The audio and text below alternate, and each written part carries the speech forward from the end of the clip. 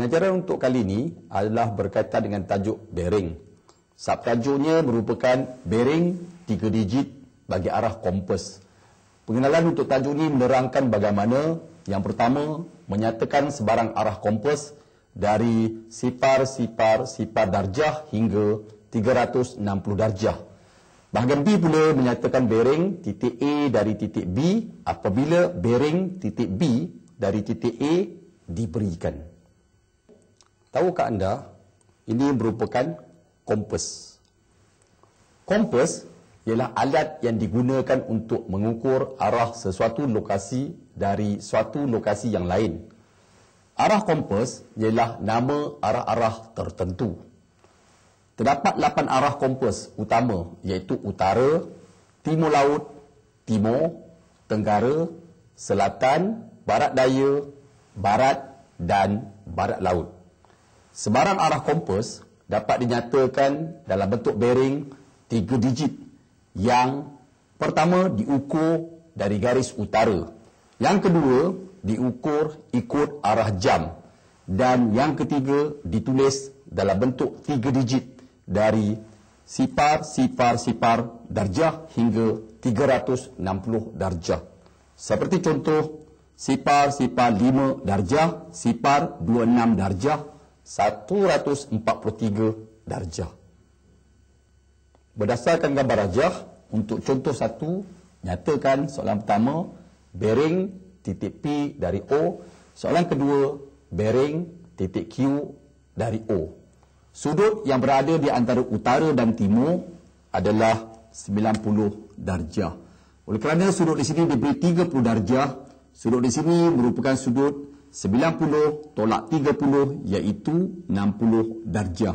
Untuk mencari bearing titik P dari O, kita melihat utara bergerak mengikutkan arah jam sehingga jumpa garisan OP.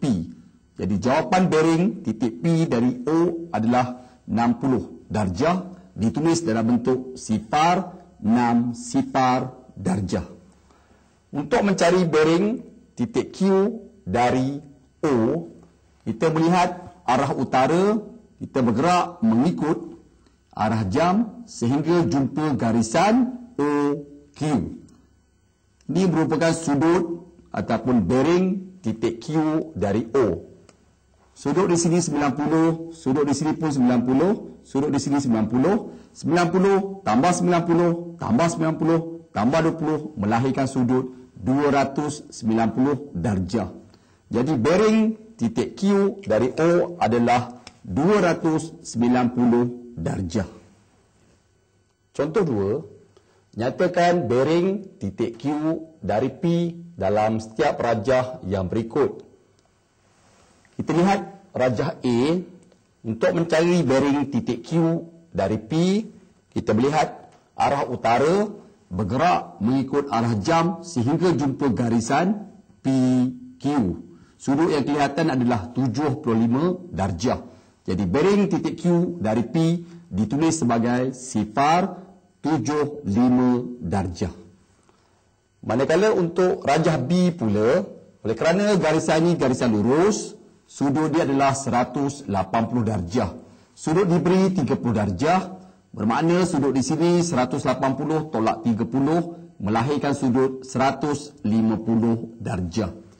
Untuk mencari bearing titik Q dari P, untuk rajah B, kita melihat arah utara bergerak mengikut arah jam sehingga jumpa garisan PQ.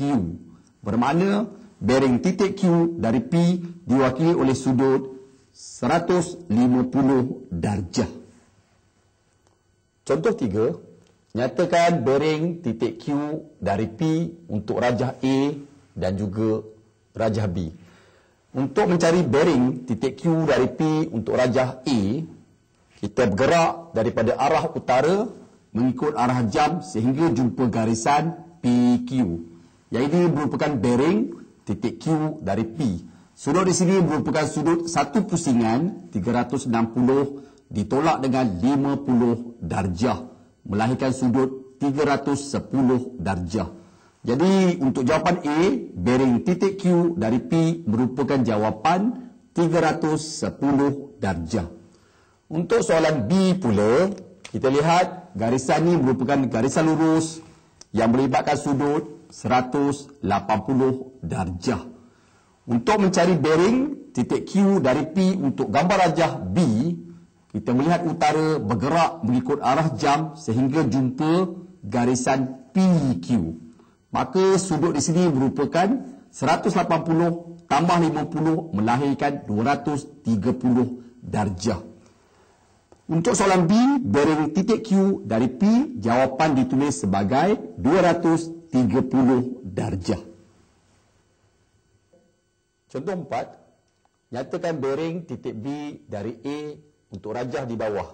Berdasarkan rajah yang diberi, untuk mendapatkan bearing titik B dari A, kita melihat arah utara, kita bergerak mengikut arah jam sehingga jumpa garisan AB.